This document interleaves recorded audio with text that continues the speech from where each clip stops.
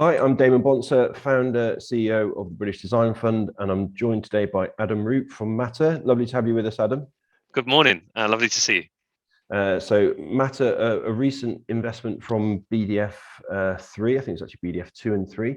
So look, just today's just a few little questions. Let our investors get to meet you and get to know you and your business a little bit better, and also it gives us an opportunity to announce to the world all the amazing things that you are up to. And what we can expect over the next sort of few years. So look, to kick off, Adam, do you want to tell us a little bit about yourself and your background before you set up Matter? Yeah, sure. Yeah, thank you very much, and lovely to be here. So my background is I'm actually a mechanical engineer by training. So I come from I went to Kingston upon Thames as a university. I came out with a first class honours degree with those guys. While I was there, I worked at GE for a little while. So I used to work in energy, work on big 150-ton gas turbines flying around a workshop. So I worked with those guys for about 18 months while I was at university, learning a lot about how things move very fast and big industrial projects. And then I went and moved on to, I was working at Dyson. So I started as a graduate design engineer at Dyson. At the time I left, I was a senior design engineer, working on projects for about 60 engineers. I had a number of direct reports and working directly for James Dyson, which was an incredible experience in itself. So pretty good engineering heritage, I suppose, and some of the things along the way. You've learned from some of the best for sure. And then so with Matter, then was there a eureka moment? And if there was, it'd be good also to sort of give the audience a little bit of a flavour of what Matter does afterwards as well, because not everyone will know or understand it in layman's terms. Sure. I actually did the crazy thing of deciding to me and my wife both quit our jobs at the same time. We were going to try to cycle from Norway to Italy. Was actually the plan. We got about 2.5 weeks in, and we had a couple of bad broken bones, and ended up coming home. And I was so basically I ended up quitting my job for holiday. It was supposed to be for a year. We were sitting there thinking, okay, what am I going to do in my life now? How am I going to do? What do I do? Do I go back to Dyson, or do I do that thing that I want to do? I've always dreamed of having my own company. I've always wanted to do it, and effectively, I as my job in new products innovation at Dyson, I'm very good at sitting with a blank sheet of paper and then coming with the next thing. So I basically am really super passionate about the ocean. I'm really passionate about being in the water. I scuba dive quite frequently, and I found about ocean plastic. This is about 2017. This is just before Blue Planet, so my timing was pretty good. And I've found out about ocean plastic, found out about what was going on in the world, and was looking at a blank sheet of paper. How do you solve it? What does it look like? And I come to the conclusion that that their research and development, education, and legislation were the three pillars to be able to solve that. So that's designing new technologies that solve these problems. That's legislating against bad practices, things that we do at the minute, and then educating people about the problem. I thought education was a really key point. So taking those parts, the research and development side, I focused on the numbers. So as an engineer, I like to look at where the numbers come from, and what I found was there was 5.25 trillion particles of ocean plastic, and that really surprised me. What was most surprising is that the majority of that, by a number of particles, comes from microplastic. So 35% of all of the material is actually from our clothes. So that's synthetic textiles, which represents about 60% of all fabric made. And I looked at that and I was like, okay, this is kind of crazy. Like, what sources does this come from?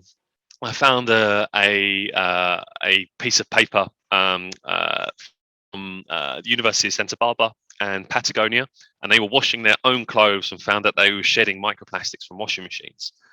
And I thought that was really, really interesting.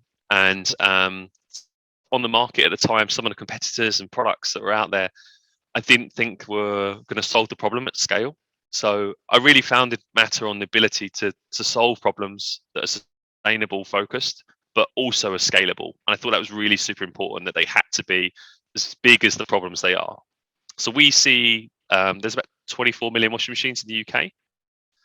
And that's a lot of machines that require something that's very, very efficient and works very well. So I actually founded the business on a £250 Will It Work grant from the Prince's Trust. I didn't have a lot of money at that time. I was kind of really I was living at my wife's parents' house, and we were growing a lot of our own food, keeping costs down. It was a really quite exciting time, I suppose, if you're kind of in that space. But it's pretty hard to get a business off the ground. So with £250, I got some buckets. I cut up an old washing machine. I ripped out some parts I found, and I manufactured a little filter that could capture microplastic. And that was I had it running on probably not the very. It certainly wouldn't have passed pat test. I think I was turning it on and off for a broom in a garage at one point. Water and electricity is probably not the thing to be doing. Yeah, from there that was really my eureka moment. That was the first beginning parts. I had a rig that worked, and then from there everything else is history. And do you want to kind of for those that don't fully understand that Matter, and I appreciate the sort of sub brands and things within Matter, but fundamentally, what is it that Matter does? Like the if you were pitching this in a sentence.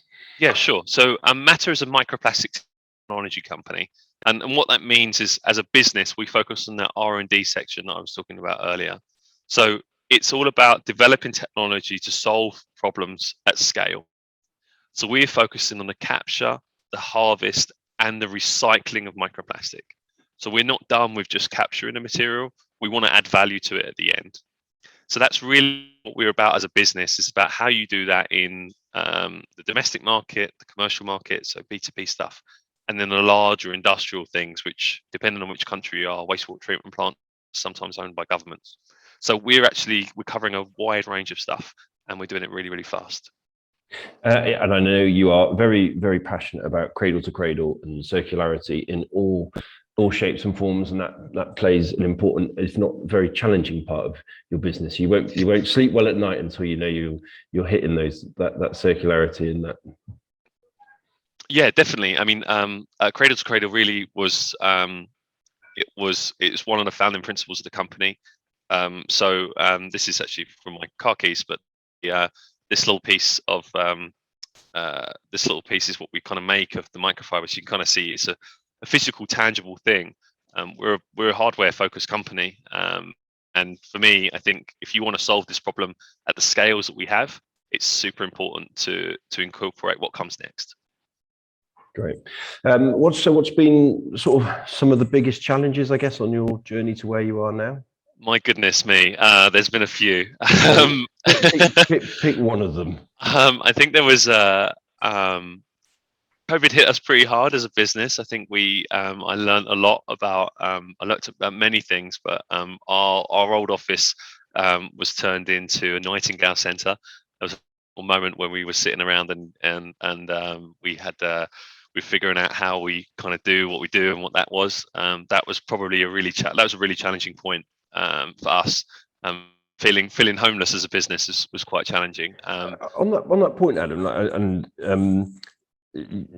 it's an interesting one through COVID. So I'd say design business, like really design-led businesses, and certainly hardware ones. When you suddenly have COVID come along and your team are then isolating and not physically in the same space, like how you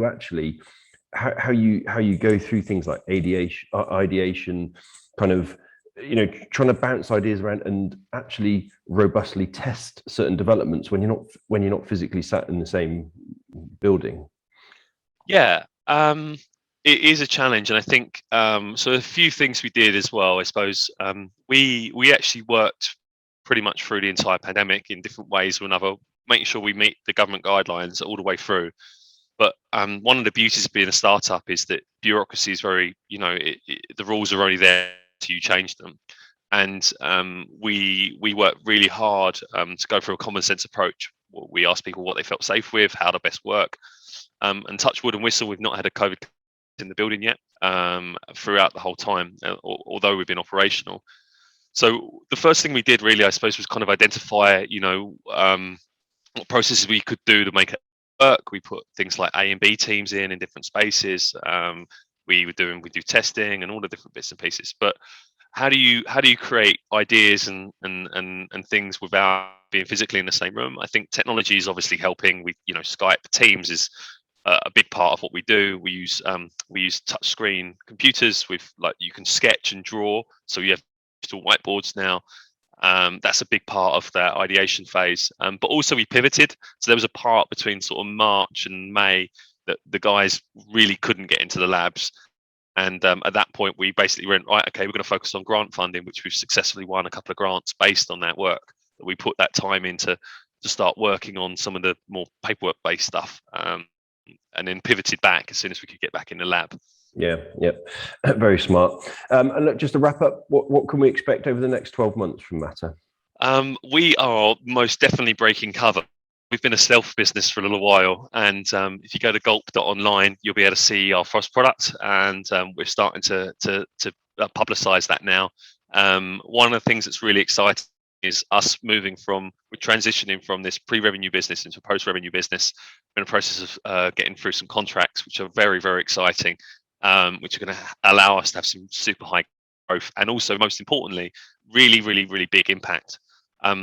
Another focus of my point is basically taking the technology we've developed for this domestic application and applying it at scale. So I'm really, really excited to be joining Elemental Accelerator in the US and in Hawaii in particular, about solving some of the water issues they have with the mega droughts they have. So I'm going to be working on industrial water solutions over the next little while. So watch this space. Hopefully we get to see you every now and again for a coffee when you're back in the UK. Adam, absolute pleasure. Look, everyone at the Design Fund's super pumped and excited to be working with you guys. You know, we've known you for a year or two, and look, you've delivered on what you said you'd done. You've exceeded expectations, and look, we're very honoured to be a part of your journey now. Thank you for having me, and yeah, we're super excited to have the experience that comes to the BDF. That was really one of the exciting things. So I look forward to working with you all in the future. Great. Cheers, Adam. Thank you.